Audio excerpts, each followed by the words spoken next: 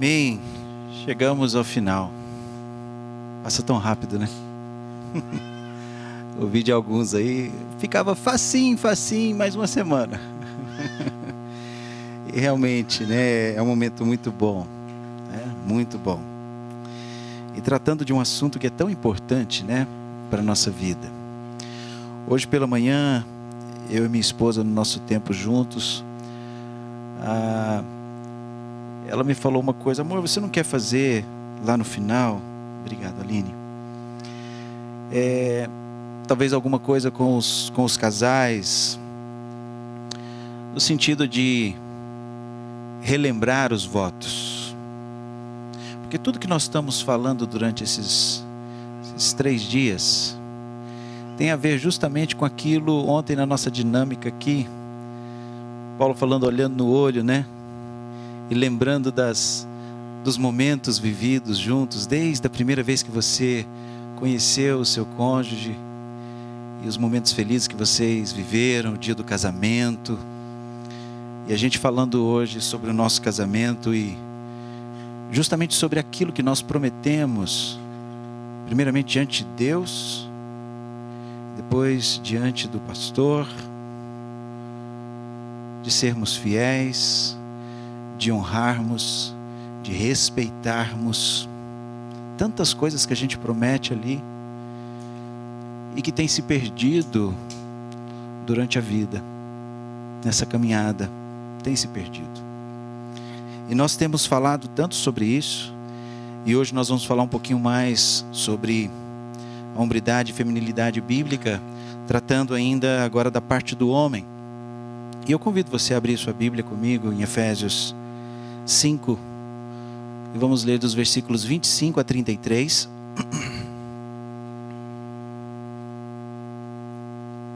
Efésios capítulo 5, versículos 25 a 33. Na noite de ontem nós falamos apenas sobre 3 versículos voltados para a mulher. Você vê que o peso do homem agora é maior. São 9 versículos aí voltados para os homens, né? Então, assim diz a palavra do nosso Deus: maridos, amai vossa mulher como também Cristo amou a igreja e a si mesmo se entregou por ela, para que a santificasse, tendo-a purificado por meio da lavagem de água pela palavra, para apresentar a si mesmo igreja gloriosa, sem mácula, nem ruga, nem coisa semelhante, porém santa e sem defeito.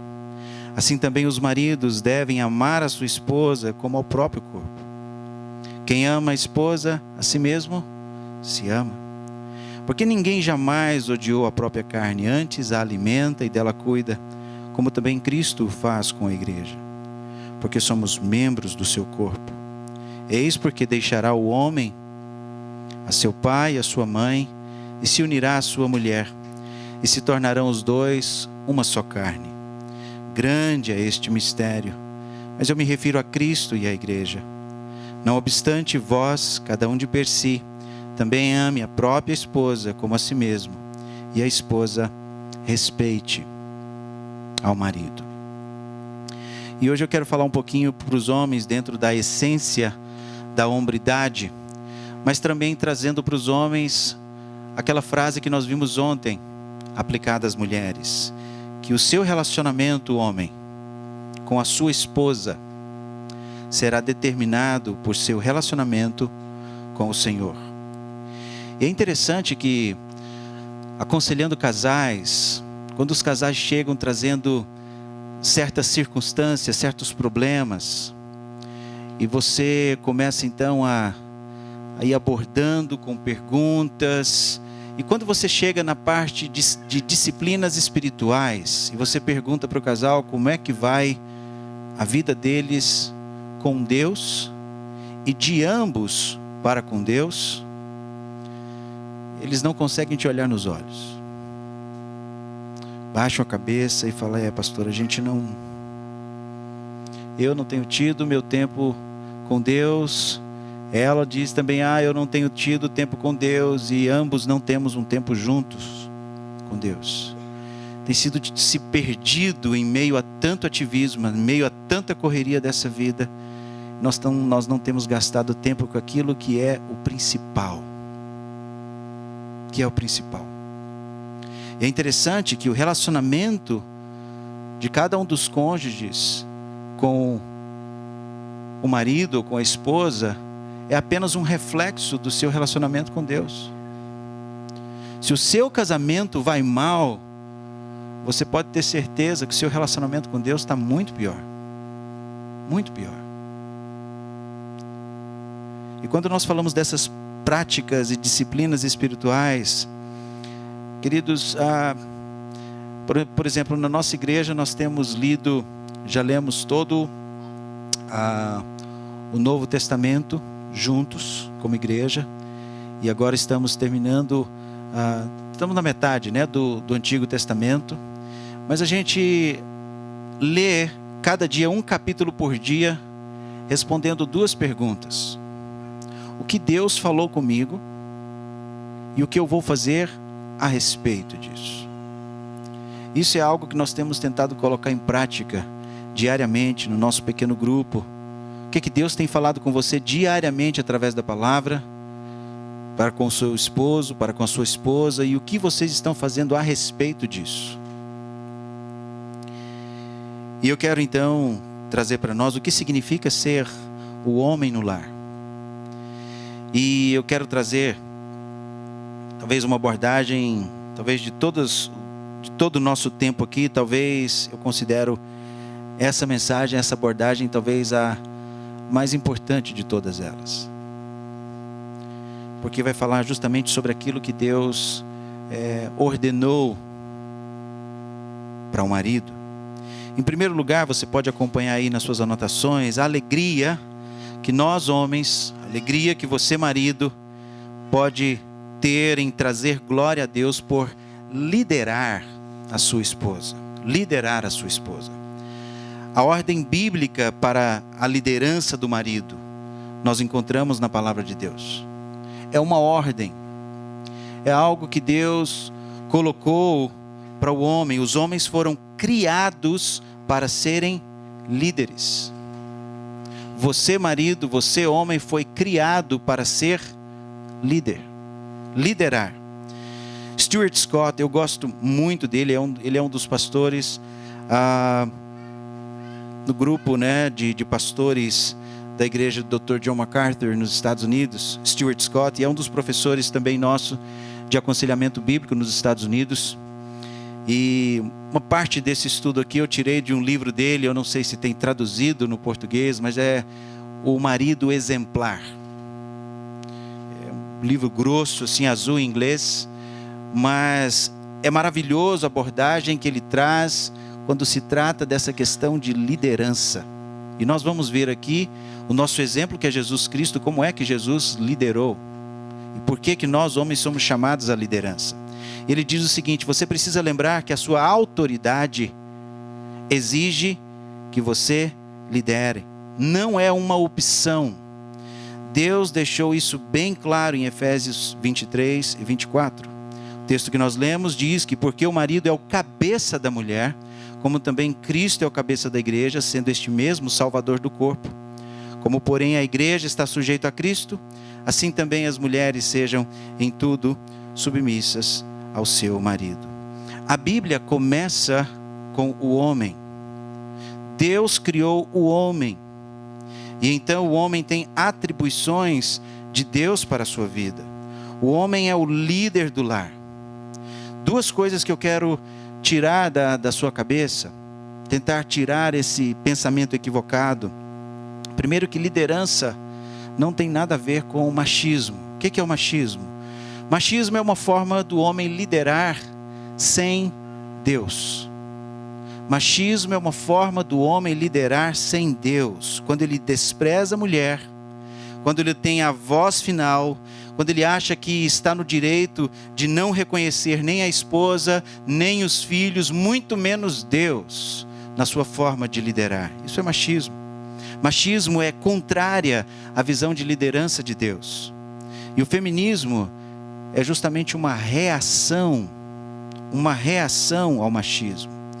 E você precisa saber que os conceitos feministas, aliás, que temos nos dias de hoje, ela nada mais é do que uma reação à liderança de forma geral, seja ela qual for.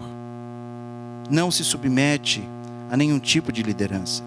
E quando eu estou dizendo isso aqui, que o homem é o líder do seu lar, eu estou levando em consideração aquilo que a palavra de Deus nos traz, aquilo que a Bíblia nos traz, aquilo que a Bíblia nos diz, dizendo que o marido é o cabeça da mulher. Veja, como também Cristo é o cabeça da igreja, sendo este mesmo Salvador do corpo. A quem o homem, a quem o marido é comparado aqui, queridos? Jesus. Jesus, Jesus. Olha o que o texto diz, como também Cristo. Então nós precisamos entender aqui que a liderança do homem foi dada por Deus no padrão de Jesus Cristo. A liderança, essa ordem foi dada por Deus ao homem no padrão do nosso Senhor Jesus Cristo. Então pressupõe que este homem, que é o cabeça, e é interessante a palavra cabeça aqui no original, kefale, que vem também da palavra proveniente, a palavra capto, de onde a gente tem a palavra decapitar, que se você tira a cabeça, acabou. Não tem um norte, não tem quem orienta, não tem quem dirige. E então esse marido que é o cabeça, a gente entende que por ser um marido cristão, então ele segue o padrão de Jesus. E se ele é como Jesus, ele tem que viver como Jesus. E se ele vive como Jesus, então pressupõe-se que esse marido, a sua vida devocional é prioridade para ele. Pressupõe-se que ele faz a vontade de Deus. Pressupõe-se que ele é uma pessoa que ora. Pressupõe-se que esse marido, ele tem os interesses da família, uma sua mais autoestima, como Jesus tem a igreja. Você não vê Jesus arrebentando a igreja. Você não vê Jesus descendo a mão na igreja. Mas você vê Jesus sendo firme. Você vê Jesus sendo firme. E a gente vê isso, por exemplo, nas igrejas de Apocalipse. Quando vem descrevendo as igrejas, e Jesus diz o quê? Tenho, porém, contra ti.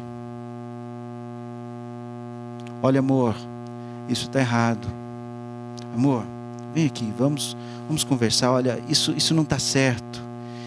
Então, queridos, ou seja, não existe forma de você liderar, você marido, você liderar, se você não estiver com a sua vida espiritual em dia.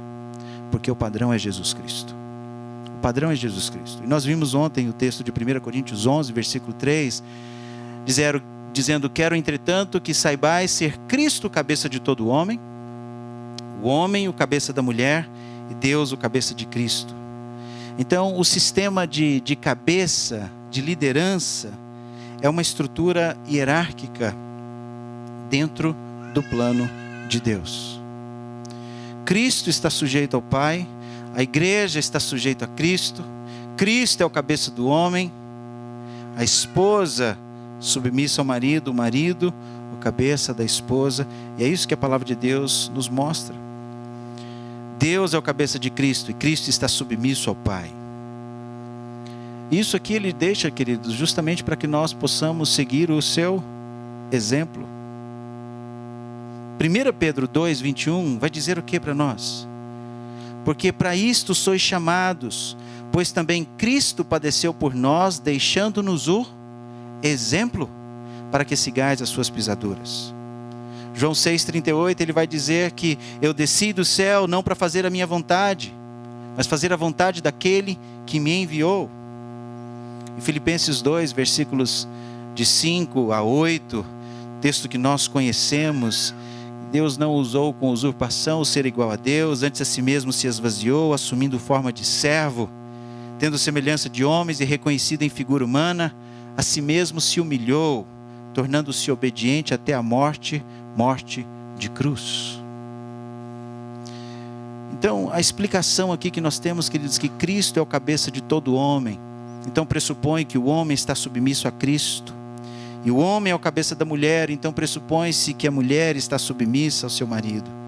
Nós não estamos falando aqui sobre uma visão do mundo, o que o mundo pensa, o que esse sistema pensa. Nós estamos seguindo os padrões cristãos em Jesus Cristo. E isso é uma ordem, uma ordem. Então, em primeiro lugar, é uma ordem. A ordem da criação estabelece a sua liderança. A ordem da criação estabelece essa liderança. Em Gênesis 1:27 diz que criou Deus, pois o homem à sua imagem, a imagem de Deus o criou, homem e mulher. A ordem primeiro vem o homem e depois a mulher. A ordem da criação estabelece. Paulo repete isso em 1 Timóteo, capítulo 2, versículo 13, onde ele vai dizer: porque primeiro foi formado Adão e depois Eva. Stuart Scott continua dizendo que Deus é um Deus de ordem. Deus é um Deus de ordem. Caos, confusão e desorganização não deve estar presente em qualquer coisa que Deus tenha projetado ou instituído. Em sua sabedoria, Deus sabe que a ordem é necessária para realizar o seu propósito. Deus é um Deus de ordem. E pelo que eu sei, parece que o Adalto Lourenço já esteve lá na igreja com vocês, né? Se você já teve o privilégio de sentar com o Adalto e conversar com ele sobre todo o nosso sistema solar e como tudo funciona, você vai ver que o nosso Deus é um Deus de ordem. Que tudo funciona na mais perfeita ordem. Se você olha, se os planetas saíssem alguns milímetros de órbita, era um caos. Causaria um caos total. O nosso Deus é um Deus de ordem. E ele vai dizer que ele exigiu ordem no modo como a criação funciona. Gênesis 1 e 2. Da maneira com que a nação de Israel funcionou. Êxodo 3, Números capítulo 9. Da maneira que a família deve funcionar. Da maneira que a igreja deve funcionar e assim por diante. Vimos até que há uma ordem em como a divindade, Pai, Filho, Espírito Santo opera. Eu acredito nisso. E óbvio que a razão pela qual Deus lhe deu a sua autoridade, homem, é colocar ordem na instituição do casamento, para que seus propósitos possam ser realizados. E em segundo lugar, Deus declarou, então, o marido para ser o líder. É Deus quem nos dá essa responsabilidade, nós como maridos. Deus declarou o marido para ser o líder, porque o marido é o cabeça da mulher, ele diz. O marido é o cabeça da mulher. E como deve ser essa liderança?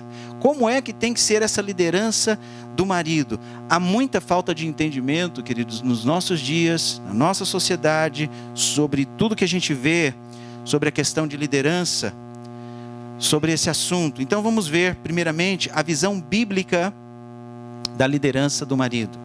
A visão bíblica da liderança do marido. E nós vamos usar o texto de Mateus, capítulo 20, os versos 25 a 28, para entendermos qual é a definição de Deus de um líder.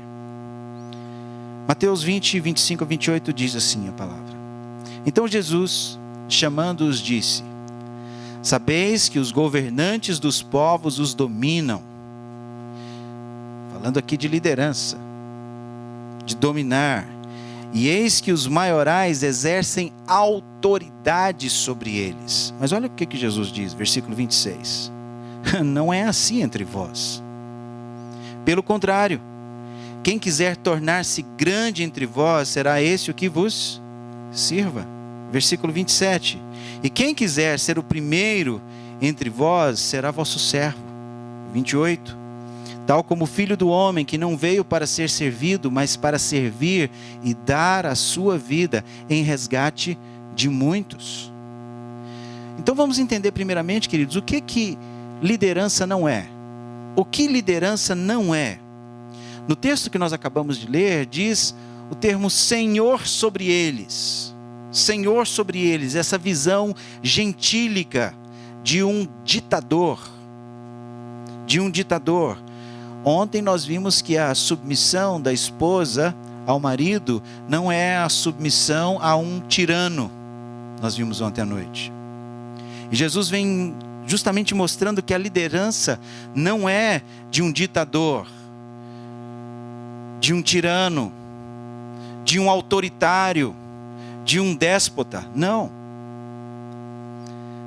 John Piper diz que liderança não é um direito para controlar, abusar ou negligenciar. O sacrifício de Cristo é o padrão.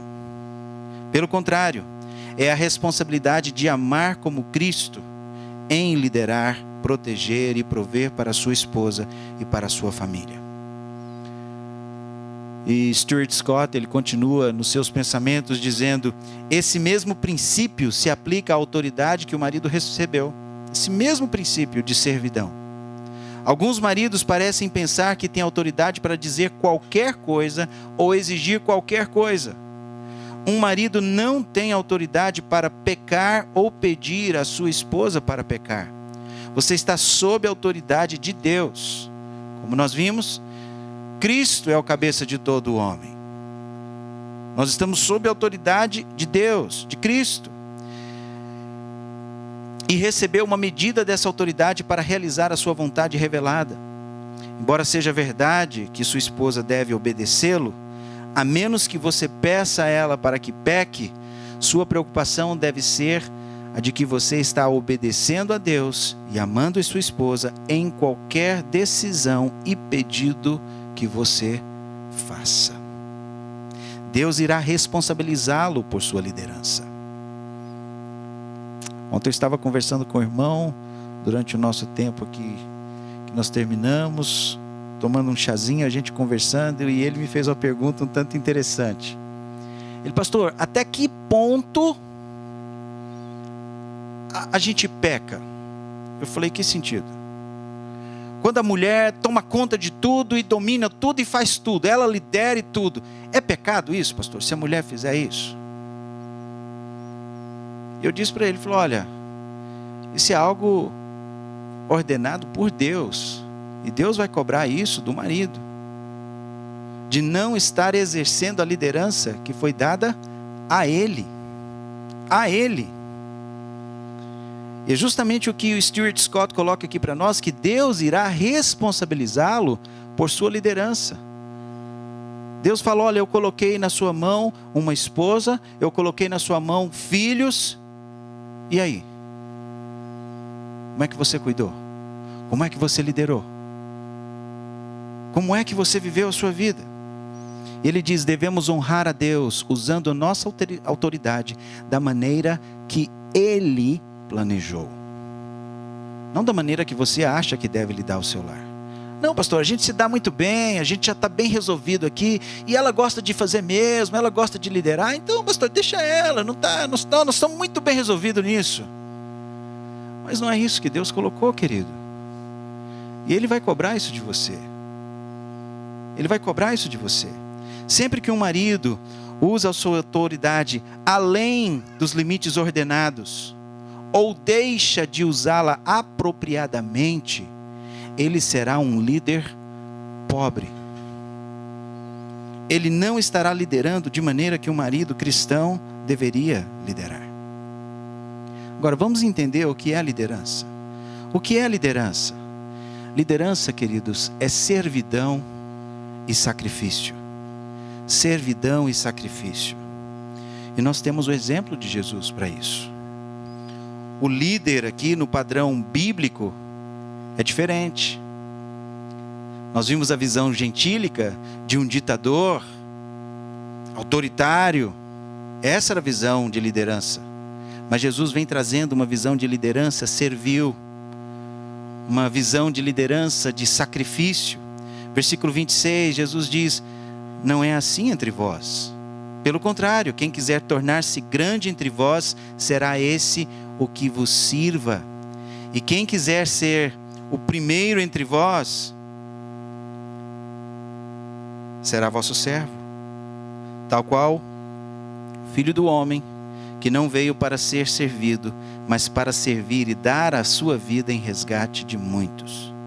Queridos, é muito fácil mandar, né? É bem fácil mandar, mas é muito difícil servir. É muito difícil servir. E maridos, nós precisamos nos avaliar. Nós estamos servindo a nossa esposa? Ontem, dentro daquela dinâmica, me veio muita coisa à mente, olhando nos olhos da minha esposa, e a gente conversando um pouquinho e tal, e relembrando algumas coisas. E aí ele falando sobre você lembrar do seu tempo de namoro. Você lembra quando você conheceu o marido, a sua esposa, na época a sua namorada, e você era tão gentil? Você abria a porta do carro para ela, você trazia água para ela. Quando ela ia visitar você na sua casa, amor, você quer isso? Você aceita isso? O que você prefere? Deixa eu cuidar de você. Não, senta aqui, ó. Fica à vontade. E outra, quando ele falou ontem, sabe, presentes fora de época, né, na dinâmica lá dentro. A esposa sabe como é que é lá em casa. O negócio lá em casa é diferente. Ela recebe flores lá na escola do nada. E o pessoal, o que é isso? É seu aniversário, Ivete? E ela falou, não, meu marido é assim. Ele manda flores para mim. A gente sai para jantar. Quem jantou essa semana fora, né? Semana passada jantou fora, sozinho, só os dois. E tudo que foi falado lá, gente, nós. Eu falei, a gente devia ir lá e ganhar o prêmio, esse negócio aí. Nós saímos sozinhos, pelo menos uma vez na semana. É interessante, Dr. Bill Moore é um grande amigo e vai estar conosco agora dando a segunda parte de autoconfrontação lá na igreja dos dias 5 a 11, agora de maio. E uma coisa que ele sempre fala, ele fala, sexta-feira é dia de namorar. Ele tem, querido, 63 anos, vai fazer 64 anos agora de casamento. De casamento. Pensa no pique do homem. A Neile aqui sabe como é que é. Só quem conhece ele para saber. Eduardo e a Aline vão conhecê-lo esse ano, se Deus quiser. Queridos, e ele fala do relacionamento dele. Sexta-feira é dia de namoro, é o dia que eu e ela saímos para namorar. Nós vamos no cinema, a gente sai para comer. E lá em casa, a Thaís aqui sabe, eu tenho minha sogra e tenho minha mãe que são presentes de Deus para a gente. Porque a gente deixa lá, eu falo para a Ivete, amor, se arruma aí, já despachei os meninos lá para casa da vovó. Hoje é nosso dia. Hoje é nosso dia. E servir a esposa. Quantas vezes, querido? Ela chega do trabalho, eu, não. Senta aqui. Calma aí, fica aí, senta aí. Pega uma bacia com água quentinha. Vem cá, tira esse sapato aqui. Coloca o pezinho aqui dentro.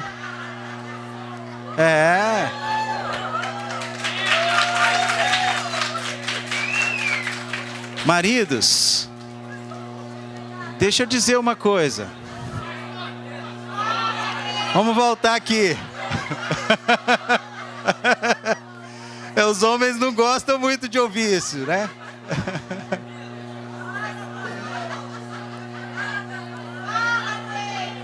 Amém.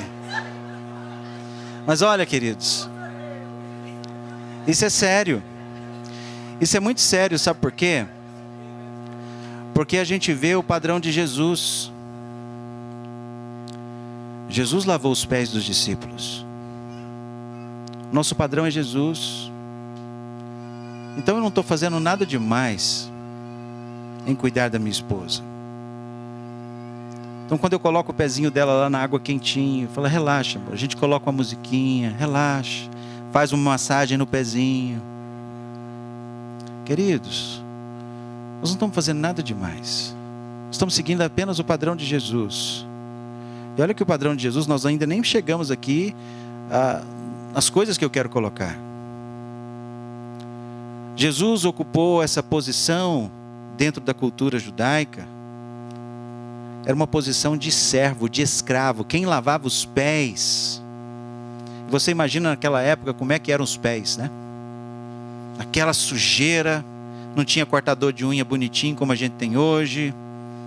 Aqueles pés naquela sujeira, o que a gente chama lá aqui no Goiás de pé de Todd.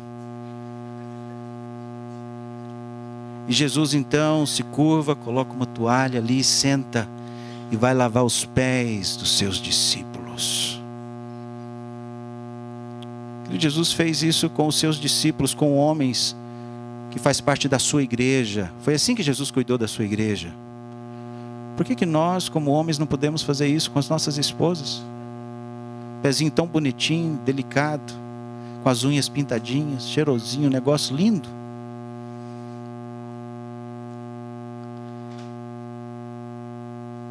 E não só isso, queridos.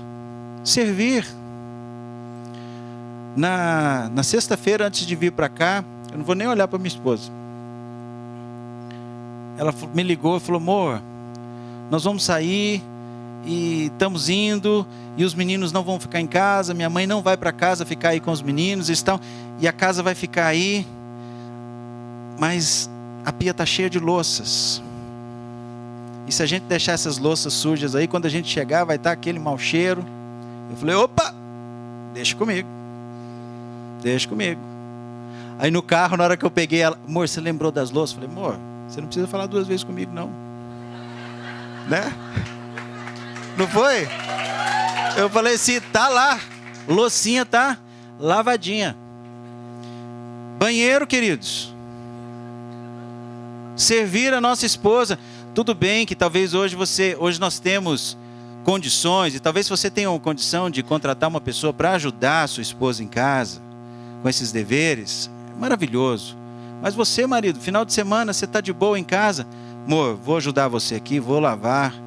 E eu sou meio assim, muito metódico, muito certinho com as coisas. Então o banheiro fica um brinco na minha mão. A manchinha que tem, eu vou lá até o finalzinho para tirar aquilo. Crianças. Ela sabe muito bem. Quem cuida das crianças em casa? No sentido de dar banho nas crianças, vestir os meninos. Agora eles estão ficando um pouquinho mais independentes, né? Passar as roupas. Uma coisa que ela me lembrou essa semana, né? A gente falando de coisas que fazia e que nós deixamos de fazer. Ela falou: amor, quando a gente casou, você cuidava muito das roupas, né? A roupa era por minha conta. Então eu separava as roupas escuras, roupas claras, colocava na máquina, depois que lavava, estendia, depois recolhia tudo. E eu passo as minhas roupas até hoje.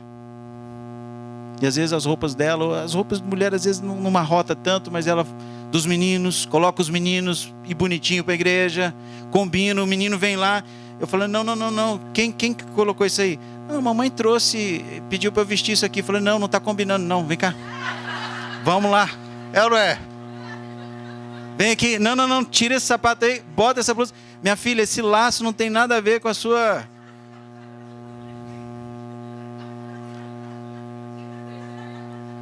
Aí às vezes você vai falar assim: pastor, eu não sei não, viu? O senhor tá meio...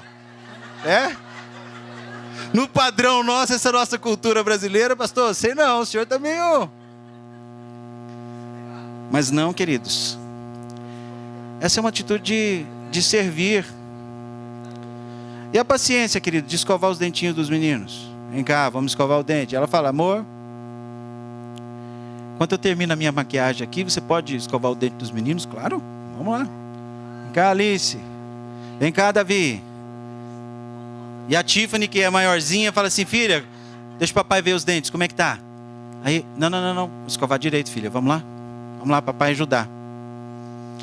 Queridos, nós precisamos, isso é viver a vida comum do lar. Precisamos participar. Não estou falando de coisas em si, eu estou falando de pessoas. De pessoas.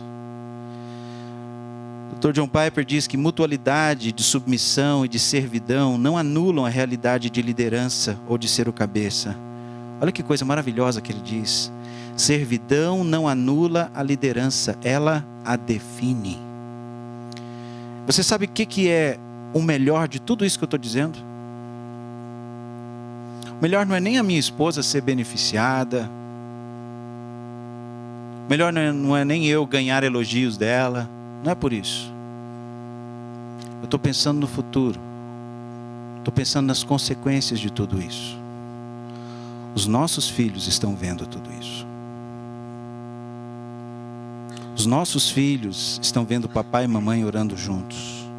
Os nossos filhos estão vendo papai e mamãe lendo a Bíblia. Os nossos filhos veem como é que o papai e a mamãe tratam um ao outro. Vê como o papai serve a mamãe. Vê como a mamãe trata o papai. Eles vão levar isso para o casamento deles. Eu apenas, queridos, estou refletindo, primeiramente, o padrão de Cristo, e segundo, porque eu fui ensinado assim. Isso foi o exemplo que eu vivi dentro de casa com os meus pais, que agora, dia 20 de setembro, estão fazendo 45 anos de casados. Esse é um padrão que eu vivi dentro de casa. Então você, pai, você, mãe, você é o maior exemplo para os seus filhos. Para os seus filhos. E tudo isso que eu estou falando, queridos, isso é remar contra a maré. Isso é ir contra o sistema desse mundo. Dr. John Piper continua dizendo, então submeter-se um ao outro é visto como uma expressão de ser cheio do Espírito Santo. Vimos isso ontem. Maridos e esposas que são cheios do Espírito Santo servem um ao outro. Eles se humilham, se abaixam para elevar o outro. Eles acham maneiras de submeter a sua preferência imediata para o conforto da necessidade do outro. O teste, queridos, da nossa servidão, se você é realmente um servo, o teste da nossa servidão é como você responde quando você é tratado como servo. Às vezes você pode dizer, não, pastor, eu sou um servo, estou aqui, pastor, meu nome é servo. Aí você pede ele para fazer determinada ação. Não, pastor, mas isso aí não. Hein? Por que o senhor não pede o irmão fulano de tal? O teste da nossa servidão é como você responde quando você é tratado como servo. E Jesus é quem diz que ele não veio para ser servido, mas para servir. E aqui nós temos, queridos, algumas coisas aqui em relação à liderança. Eu vou apenas passar rapidamente por causa do nosso tempo, mas pontos de vistas errados de liderança e pontos de vistas bíblicos de liderança. A gente começa aí com o orgulho. Uma liderança muitas vezes orgulhosa. E tem um livro do Dr. Stuart Scott, gosto muito, é um livretinho, do orgulho à humildade. Um livretinho que você lê numa sentada. E ele traz 30 evidências sobre o orgulho. Você acha que você não é uma pessoa orgulhosa? Dá uma lidinha nesse livro. Ele vai trazer 30 evidências para você sobre o que é orgulho na vida de uma pessoa. E é onde nós devemos viver com humildade. Ele diz, nenhuma prestação de contas. Ou, uma visão bíblica, congratula-se com a prestação de contas. Maridos que tomam decisões e fazem compras e fazem um monte de coisa sem prestar contas. E da mesma forma, as mulheres aprendem, os filhos aprendem. Então, congratula-se com a prestação de contas. Nós vemos, por exemplo, toma decisões sem conselho e busca conselho antes de tomar decisões. Como eu disse para vocês, lá em casa a gente não compra uma agulha sem antes sentar, eu e ela. Amor, o que você acha? Pensando a gente investir nisso, a gente comprar isso, a gente fechar isso. E muitas vezes, viu, queridos? Parece que ela tem um sexto sentido. Ela fala assim, amor, acho que não, hein? Eu falo, não, tá bom, vamos orar mais um pouco. E aí a gente fica sabendo que aconteceu tal coisa. Eu falei, nossa, amor, você tinha razão, olha só. Se a gente tivesse feito isso, olha só o que aconteceu. Então, uma liderança também que espera que outro sirva, mas é uma liderança que serve os outros. Uma comunicação pecaminosa, de mentira, de ira, né? Marido que, nossa, olha, nós temos um conteúdo dentro do aconselhamento bíblico que é justamente tratando sobre a ira. A ira é uma coisa que está presente em todos nós. Ira. Mas ele fala de uma comunicação bíblica, dominada, tem o controle, tem o domínio próprio, cheio de graça. Ele vai falar do foco egoísta, que o que é melhor para mim, mas o foco bíblico concentra-se no outro. O que é melhor para ela? O que é melhor para a família? O que é melhor para os filhos? Né? Ele vai trazer, por exemplo, motivos errados, a motivação errada que é agradar a si mesmo. Como eu já falei, de maridos que simplesmente vivem na mesma casa com a esposa, mas ele vive uma vida individual, vida de solteiro. E o motivo correto é o motivo de agradar a Deus. Queridos, eu oro todos os dias, no sentido de, Senhor, me ajude a ser um bom cristão, me ajude a ser um bom marido, me ajude a ser um bom pastor, eu quero agradar o Senhor. Nós precisamos ter isso, queridos. Nós cantamos aqui que nós precisamos. Ó Senhor, de Ti preciso, mais e mais preciso. Nós precisamos do Senhor, precisamos da ajuda dEle. Por nós mesmos nós não conseguimos, queridos. Nós não conseguimos. E Ele vai dizer, espera que os outros mudem primeiro, no sentido que a orientação bíblica é que você esteja disposto a usar primeiro, mudar primeiro, dando um bom exemplo. E em último lugar, uma liderança fraca ou nenhuma liderança espiritual. Mas você vê o ponto de vista bíblico que fornece uma liderança forte espiritualmente. Como você, homem, tem liderado o seu lar espiritualmente? Como é que você tem liderado o seu lar espiritualmente? Primeiramente com as suas atitudes, aquilo que eu falei. Tem um videozinho na internet, você pode procurar Children See, Children Do. As crianças veem, as crianças fazem. Você vai ver que o seu filho vai simplesmente ser o reflexo do que você é. Isso é sério. Como é que você tem servido? Vocês estão demonstrando o fruto do Espírito, sendo humilde? E com as palavras, como é que você tem feito? Efésios 4, 29 a 32, diz, não saia da vossa boca nenhuma palavra torpe, sim unicamente a que for boa para a edificação. Conforme a necessidade, sim transmita graça aos que ouvem. E não entristeçais o Espírito de Deus, no qual fostes selados para o dia da redenção. Ele diz, longe de vós toda amargura e cólera e ira, gritaria. Eu lembro da minha mãe falando isso. A gente corria pela casa gritando, ela, meninos, longe de vós toda gritaria. É como se eu estivesse ouvindo minha mãe falar aqui agora no meu ouvido. Toda vez que eu leio esse versículo eu lembro dela. E fala, e bem assim toda malícia. Queridos, a maledicência é uma coisa, a malícia também é uma coisa horrível. E muitas vezes presente até dentro de igrejas, com piadas de duplo sentido. Olha, isso tem que estar longe da nossa vida. Antes, sede uns para com os outros, benignos, compassivos, perdoando-vos uns aos outros, como também Deus em Cristo vos perdoou. E como é que você tem exercido a sua liderança, exercendo aí o sacerdócio? Que nós falamos disso. Liderando a esposa, os filhos, o tempo de oração, o tempo de devoção. O maior exemplo de um líder é Jesus. O maior exemplo de um líder é Jesus. O maior exemplo de hombridade é Jesus. Filipenses 2, de 5 a 11, vai mostrar isso para nós, do que eu já falei aqui. Jesus lavou os pés dos seus discípulos. A liderança de Jesus foi uma liderança servil. Tende em vós o mesmo sentimento que houve também em Cristo Jesus, pois ele, subsistindo em forma de Deus, não julgou com usurpação a ser igual a Deus, antes a si mesmo se esvaziou, assumindo a forma de servo, tornando-se em semelhança de homens, e reconhecido em figura humana, a si mesmo se humilhou, tornando-se obediente até a morte, morte de cruz. Quais são os resultados, queridos, de uma liderança piedosa? Muito menos conflitos em casa. Uma coisa que eu sempre falo para os casais que nós orientamos, preparando esses casais para o casamento.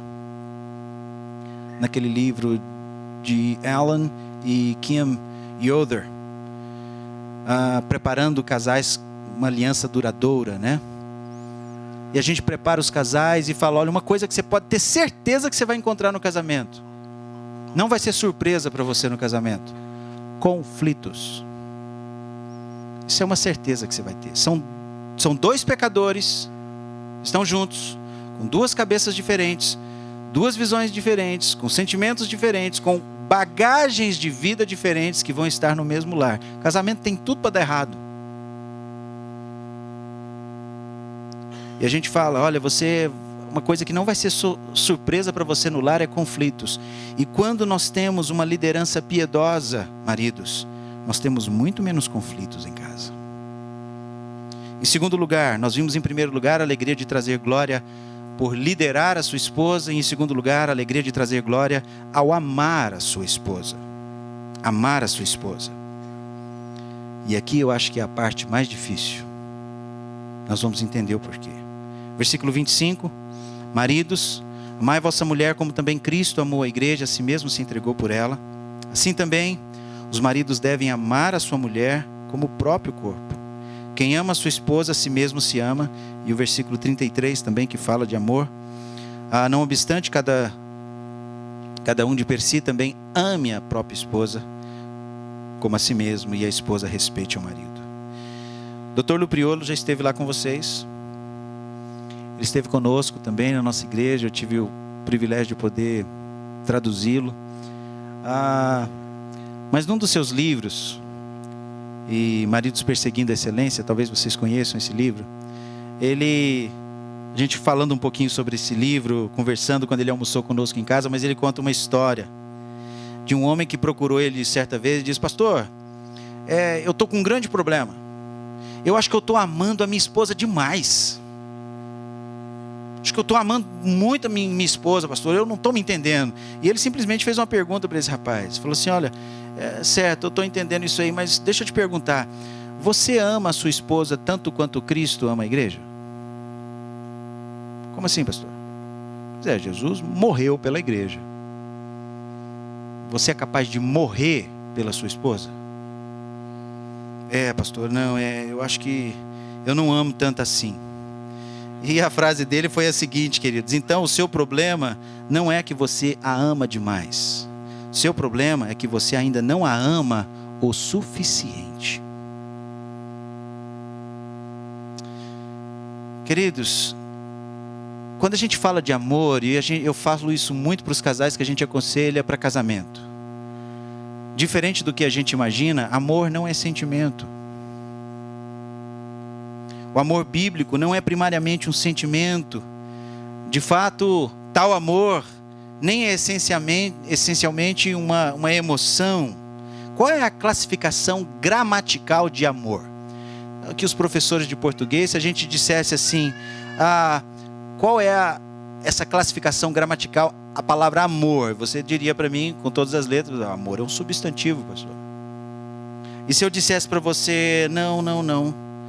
A Bíblia diz que amor é fundamentalmente um verbo. Como assim? Deixa eu explicar para você. Um texto conhecidíssimo que trata do amor, está lá em 1 Coríntios, capítulo 13. Eu quero ler aqui rapidamente com os irmãos para a gente entender um pouquinho sobre isso aqui. O amor é paciente, o amor é bondoso, não inveja, não se vangloria, não se orgulha, não maltrata, não procura os seus interesses, não se ira facilmente, não guarda rancor. O amor não se alegra com a injustiça, mas se alegra com a verdade. Tudo sofre, tudo crê, tudo espera, tudo suporta. Então deixa eu organizar aqui esse trecho de acordo com a classe gramatical aqui apresentada. Ele começa dizendo: o amor é paciente. O termo paciente no grego é macrotúmio. Macro quer dizer de longe, distante, e tumos de ira, ou seja, longe, distante de se irar. Um verbo. Distante, afastar-se de ficar irado. Distante de se irar, um verbo. Número 2, aí você vai ver bondoso. A palavra no grego, no original, restelmai, que é ser benevolente, apesar da ingratidão. Um verbo, ser benevolente. E aí você vai seguindo. Não inveja, um verbo. Não se vangloria, verbo. Não se orgulha, verbo. Não maltrata, verbo. Não procura os seus interesses, um verbo. Não se ira facilmente, um verbo. Não guarda rancor, verbo. Não se alegra com a injustiça, verbo. Não se alegra com a verdade, mas se alegra com a verdade. Tudo sofre, tudo crê, tudo espera, tudo suporta, verbos. Como é que Deus coloca para nós então a questão do amor? Você consegue entender o padrão? Que Deus, quando quis definir o amor, Ele usou verbos. Porque o amor é muito mais do que algo que você sente. O amor é muito mais do que sentimento. É ação. É ação. Por isso que o versículo 33 diz: não obstante, cada um de vós, cada um de per si, também ame a sua esposa. Ame a sua esposa. E eu pergunto: você ama a sua esposa como Cristo ama a igreja? Esse é o nosso padrão. É muito sério, queridos. Esse é o padrão. O verdadeiro homem pensa e age como Jesus Cristo. O verdadeiro homem, a verdadeira hombridade, age e pensa como Jesus Cristo. John Piper diz: permanecer no amor não é a primeira tarefa do casamento. É um feliz jorrar da manutenção da aliança por causa de Cristo. O que vai preservar o seu casamento, queridos? É o amor. É o amor. E muitas vezes eu falo para os nossos casais, tem um livro de C.S. Lewis que fala sobre os 4 amores, né? O storge, storge, o filéu, eros e o ágape, ágapau. E a gente fala que o amor que Jesus usa é justamente esse ágapau.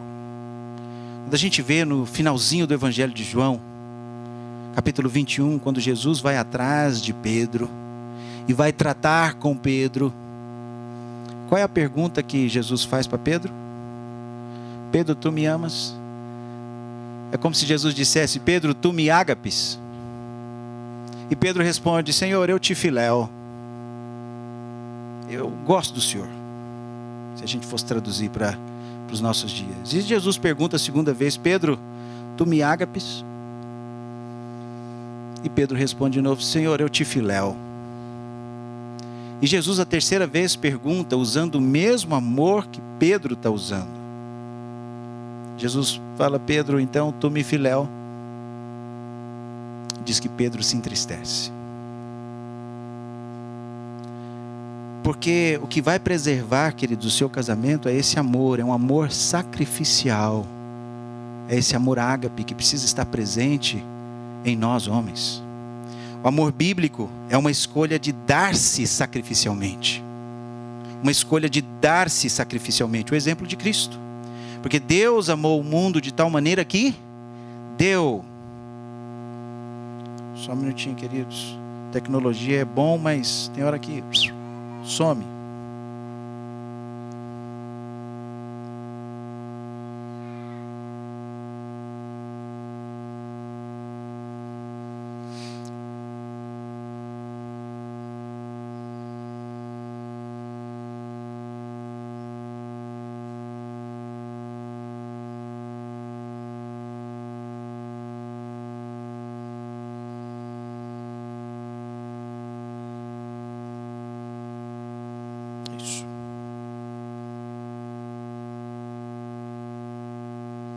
O amor bíblico é uma escolha de dar-se sacrificialmente. Então, porque Deus amou o mundo de tal maneira que Ele deu o seu Filho. Gálatas 2:20 vai dizer que Ele se entregou a si mesmo por mim. O amor de Deus é o amor pelo qual um bom casamento é construído. É nesse amor de Deus, o amor ágape. O amor de Deus é o amor sobre o qual um bom casamento é construído. Esse é o amor de Cristo demonstrado na cruz por nós. Ele agiu, foi uma ação. Isso nós vamos ver em Romanos 5:8, que ele vai dizer que, mas Deus prova o seu amor para conosco, em que Cristo morreu por nós, sendo nós ainda pecadores, apesar dos nossos deméritos, queridos. Quando nós ainda éramos pecadores. Milton Vincent, ele diz: o Evangelho muda meu ponto de vista sobre os mandamentos de Deus, na medida em que me ajuda a ver o coração da pessoa de onde esses pensamentos vêm. Quando eu conheço minha linha de pensamento com o Evangelho, começo a minha linha de pensamento com o Evangelho, eu percebo que se Deus me amou o suficiente para sacrificar a vida do seu próprio filho, do seu filho por mim, então ele deve ser orientado por este mesmo amor quando ele fala seus mandamentos para mim. Considerando os mandamentos e proibições sobre esta luz, eu posso ver o que eles realmente são. Sinais amigáveis a partir de um Pai Celestial que está buscando me amar através de cada diretiva, de sorte que eu posso experimentar a sua exata plenitude para sempre. As emoções, queridos, quando a gente fala de emoções, falando de de sentimento relacionados ao amor, emoções vão e vêm. Sentimentos vão e vêm. Mas o amor piedoso, ele nunca falha. Ele jamais acaba. O amor é benigno. O amor nunca falha. Cantares 8, versículo 7, diz que as muitas águas não podem apagar esse amor, nem os rios afogá-los. E como nós precisamos, queridos, ouvir isso hoje. Porque as pessoas entram no casamento amando até a primeira crise. Amando até a primeira doença. Amando até a primeira dificuldade. E simplesmente chegam e falam assim, pastor, nós vamos ficar mais juntos não. A gente vai se separar. Eu falo, mas por quê? Ah, não, pastor, nós estamos vivendo umas coisas aí que a gente acha melhor cada um seguir o seu rumo. É assim? O amor bíblico, queridos, é modelado a partir do amor de Cristo por nós. E como é que foi o amor de Cristo por nós? Como foi o amor de Cristo por nós? Milton Vincent diz que quando a minha mente está fixada no Evangelho, tenho estímulo suficiente para mostrar o amor de Deus às pessoas. Pois eu estou sempre disposto a mostrar o amor aos outros quando eu estou constantemente consciente do amor que Deus me mostrou. Então, quando eu tenho isso em mente, eu entendo o amor que Cristo teve por mim, isso muda a minha forma de tratar os outros, muda a minha forma de ver. Porque eu, um pecador, não merecedor, Ele me ama, Ele demonstrou um amor tão grande por mim. Quem sou eu para poder não mostrar o amor? E como é que Cristo amou, queridos? Encerrando. Primeiro, Deus nos amou primeiro. 1 João 4,19, nós amamos porque Ele nos amou primeiro. Não foi nós que amamos Deus de tal forma, nos encantamos com Ele, amamos Ele, e por nós amarmos Ele tanto, Ele falou, rapaz, mas esse povo gosta tanto de mim, sabe que eu até estou gostando deles? Olha, eu vou resolver amar esse povo. Não. Ele nos amou primeiro. Ele nos amou primeiro. Em segundo lugar, o amor dele é maior. Como é que Ele amou? Ninguém tem maior amor do que este. O amor dele é maior, maior que tudo. Ninguém tem maior amor do que este. Como é que Ele amou? Ele amou de forma sacrificial, sacrificialmente. Efésios 5:25, o texto que nós estamos lendo, diz que Ele deu-se a si mesmo por ela. Ele deu-se, Ele se sacrificou pela sua igreja. E Ele nos amou, queridos, a despeito das falhas. Ele nos amou apesar dos nossos deméritos, das nossas falhas. É interessante quando eu vejo a vida do apóstolo Paulo, ele diz, no qual eu sou o pior dos pecadores. Eu falo, misericórdia. Se ele, a vida de Paulo, eu sou encantado com a vida de Paulo, se considera o pior dos pecadores, coitado de mim. Só eu sei das minhas lutas, queridos. E é claro que você também conhece as suas lutas. Mas Deus nos amou apesar das nossas falhas. Ele vai dizer, texto que nós lemos, mas Deus prova o seu amor para conosco pelo fato de ter Cristo morrido por nós, sendo nós ainda pecadores. Deus nos ama também a despeito de rejeição. Ah, pastora, minha esposa, ela não tem mais, diz que não me ama mais, ela me rejeita. Eu chego perto dela, ela não quer nada comigo, está difícil lá em casa. Ela tem me rejeitado, pastor, tem me evitado. E nós só estamos juntos, isso eu estou contando para vocês, coisa verídica. Nós só estamos juntos por causa das meninas. Mas eu vou dizer para o senhor, tem mais de 1 ano que nós não temos nenhum tipo de relação íntima. Só estamos juntos até as meninas crescerem. Eu quero dizer aqui para o senhor o que eu faço. Olha como é que é o amor de Deus. E como o nosso amor pela nossa esposa precisa ser modelado no padrão de Deus, a despeito da rejeição. Porque a palavra de Deus vai nos mostrar que Jesus enfrentou rejeição quando Ele veio ao mundo. Ele veio para o que eram seus, e os seus não o receberam. Ele foi rejeitado também pelos seus discípulos, apesar de ter chamado eles de seus amigos. Você vai ver isso em João 15:15. Jesus diz: já não vos chamo servos, porque servo não sabe o que faz o seu Senhor, mas tenho-vos chamado amigos. E o que acontece lá em Mateus 26, 56? O que aconteceu com esses discípulos? Deixando, fugiram, abandonaram o mestre. Mas ele continuou amando. Jesus foi atrás de Pedro. Não foi Pedro que veio até Jesus. Jesus foi atrás de Pedro e o restaurou. Ele foi rejeitado pelo próprio Pai. Ali na cruz, quando ele diz, Mateus 27, 46, Eli, Eli, lama sabachthani. Deus meu, por que me desamparaste? Por que me abandonaste? Os nossos pecados estavam sobre Cristo na cruz. E aqui, queridos, eu quero finalizar com algumas instruções adicionais aí ao amar a sua esposa. A minha esposa está aqui com um conteúdo, dos homens agora pegou pesado, viu? São 102 maneiras de demonstrar amor à sua esposa. E eu gostaria que vocês tirassem aí, tem algumas orientações, o que o marido tem que fazer. Você circular algumas coisas que você não está se encaixando, entregar essa folhinha para a esposa e pedir para ela circular algumas coisas, pelo menos 5 coisas que ela gostaria que você fizesse, em demonstração de amor a ela. Mas número 1, queridos, concluindo.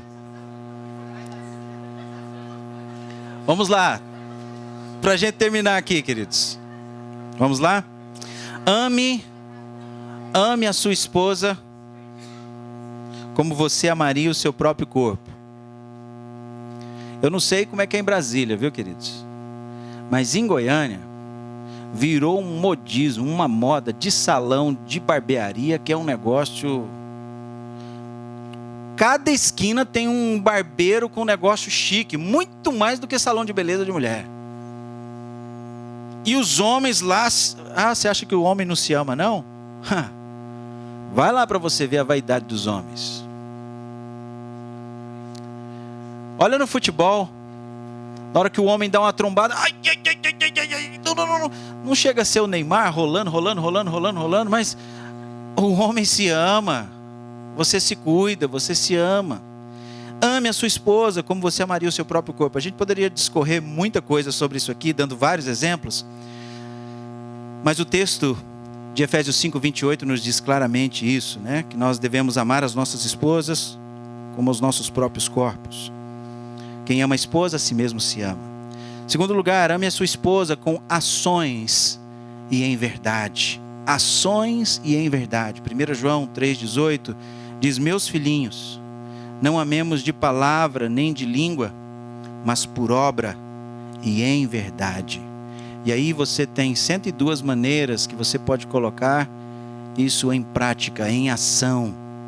Não simplesmente de palavra, mas em ação na vida da sua esposa. Em terceiro lugar, ame a sua esposa sem amargura. Sem amargura. Esse é um outro tópico que, se a gente pudesse discorrer aqui, nós poderíamos ir o dia todo aqui falando sobre isso. Por quê? Olha o que diz Colossenses 3,19. Maridos, amai vossa esposa e não as trateis com amargura. O Dr. Lupriolo, ele diz: que tal você? Você tem perdoado a sua esposa pelas coisas dolorosas que ela disse e fez para você por longos anos? Você usa a ira pecaminosa como um dispositivo de aviso para ajudá-lo a identificar e destronar aqueles desejos idólatras em seu coração? E aí ele coloca: se você disse sim, se você responder sim a essas 2 perguntas, então você pode descansar seguro que a amargura está distante de se enraizar no solo do seu coração. Letra D. Quais são os resultados então de amar a sua esposa? Quais são os resultados? Em primeiro lugar, Deus é glorificado, queridos. Deus é glorificado. Em segundo lugar, que o Evangelho é exibido de forma correta. O Evangelho é exibido corretamente, como Cristo amou a igreja. quando você ama a sua esposa. E nós vimos ontem que da mesma forma a esposa, quando ela se submete a essa liderança, que é por amor, vai dizendo que a palavra de Deus não é difamada, para que a palavra de Deus não seja difamada. Então o evangelho é exibido corretamente.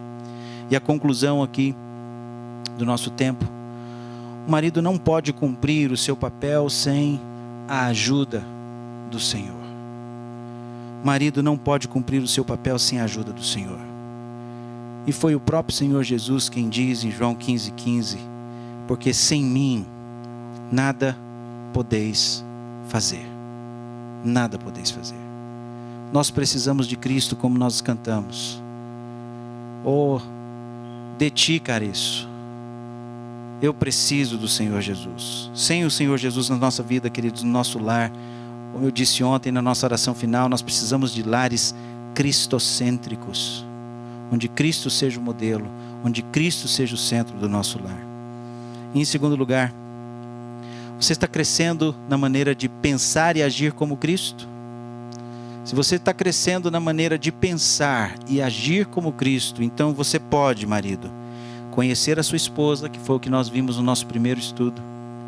Viver a vida comum do lar com entendimento, com conhecimento, entendendo a sua função. Então você pode conhecer a sua esposa, como nós acabamos de ver. Você pode amar a sua esposa. E em terceiro lugar, você pode liderar a sua esposa. A gente termina com essas 3 perguntinhas aqui a nós, homens, entendendo então essa hombridade bíblica no padrão de Jesus Cristo. Amém? Deus abençoe a palavra dele aos nossos corações, possamos colocar em prática. A Aline leu a partir de amanhã, eu falo, não, é a partir de hoje. É a partir de hoje, né? Sim. Eu falei assim, a gente tem que colocar agora. Talvez vocês vão ter aí umas 3h30, 4 horas de viagem para casa. Vocês vão ter um bom tempo para ir conversando daqui lá, revendo todas essas coisas. Número 3. Eu vou fazer o seguinte, porque se eu for procurar aqui, vai...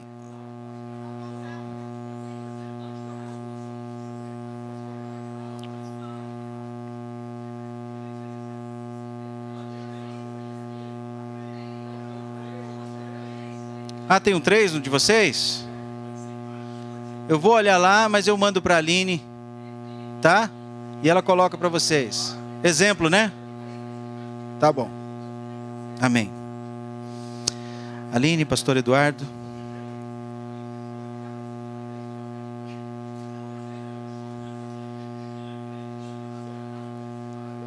Pastor, obrigado. Louvamos a Deus pela vida do Senhor, da Ivete, que Deus abençoe muito o casamento de vocês, o ministério, os filhos.